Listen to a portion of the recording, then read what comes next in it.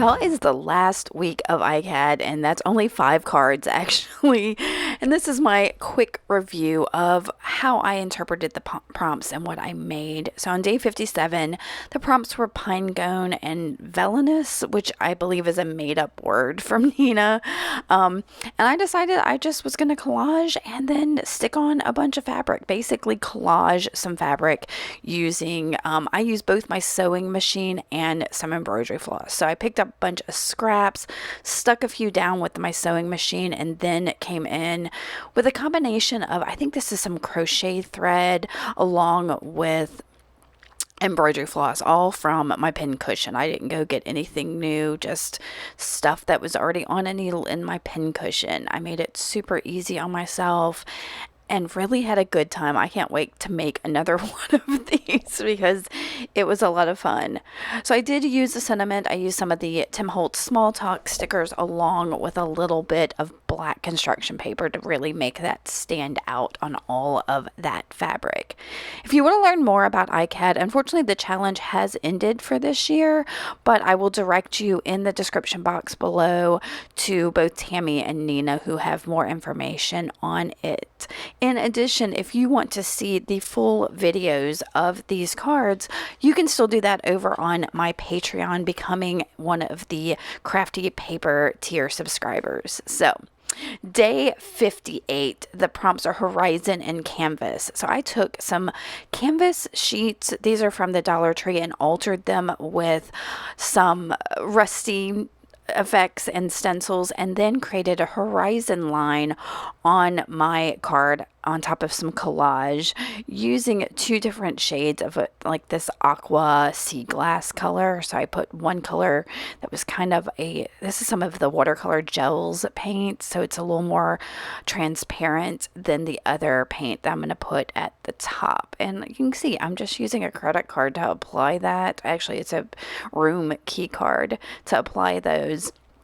And then I tore down my rusty canvas strips and created that horizon line. I also brought in a sentiment and a rusty bottle cap into this card. It was a super simple one, and I was happy with that. That was just kind of what I needed.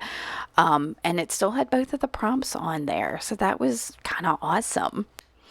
Day 59, the prompts are upside down and bulb. Now I only vaguely brought in upside down in that you'll see that here in a second once I blotted some splats I made on there, and you can see the darker portions up there at the top. I'm going to turn it upside down because I tend to like heavier or darker parts of my ICADs or any kind of work to be at the bottom of the work because it has so much weight to it.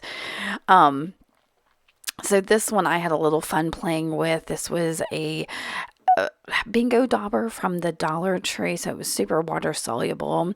And then for bulb, I actually have a little light bulb. I believe it's from a Tim Holtz set, and I decided to, rather than keeping it kind of boring and to kind of bring it in, integrate it into the card, I used a Posca paint pen and painted right onto it just to put some stripes in it and give it a little bit of interest. Now I used a couple ways to adhere it to the card, and I have high hopes that it does not get broken. But I also brought in a couple of other found objects into this one, and it felt very much like a mini assemblage. I found in general with all of ICAD, the cards I really love the most were the ones I added some of my 3D assemblage elements to. Day 60, the prompts are marquee and surrealism.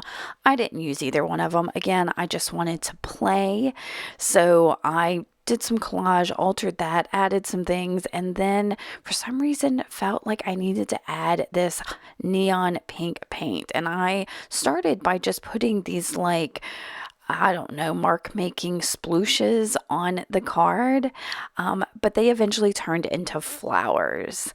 And they're just kind of in the background because I grabbed one of the one of the printables available to my patrons over on Patreon that included this stamped word that says Moxie on it. And that's going to become my focal for this card, along with some fabric and embroidery stitches, so, and a typed up addition to it.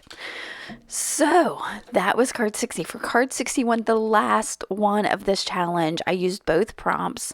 The Daisy Yellow prompt was love or wish, and I'm going to use a hand carved stamp with a heart on it to bring in that love kind of portion. I'm going to alter another one of the printables that were available to my patrons. This is a ledger page. As you see, I'm stamping on it with some Distress Oxide. I believe that's candied apple. And then I alter it in a couple different ways before I come back in and collage it down on top of some other collage. There's some other collage and gesso and some other things kind of in the background there. And I'm using fluid matte medium to stick these papers down. You can kind of see orienting them in several different ways. And I did a lot of additions to that before I came in with my something pokey. And of course, that is a needle.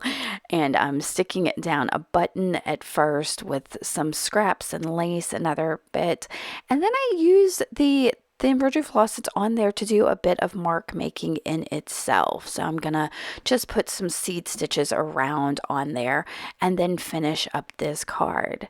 And that is it for ICAD, y'all. I had a wonderful season of ICAD.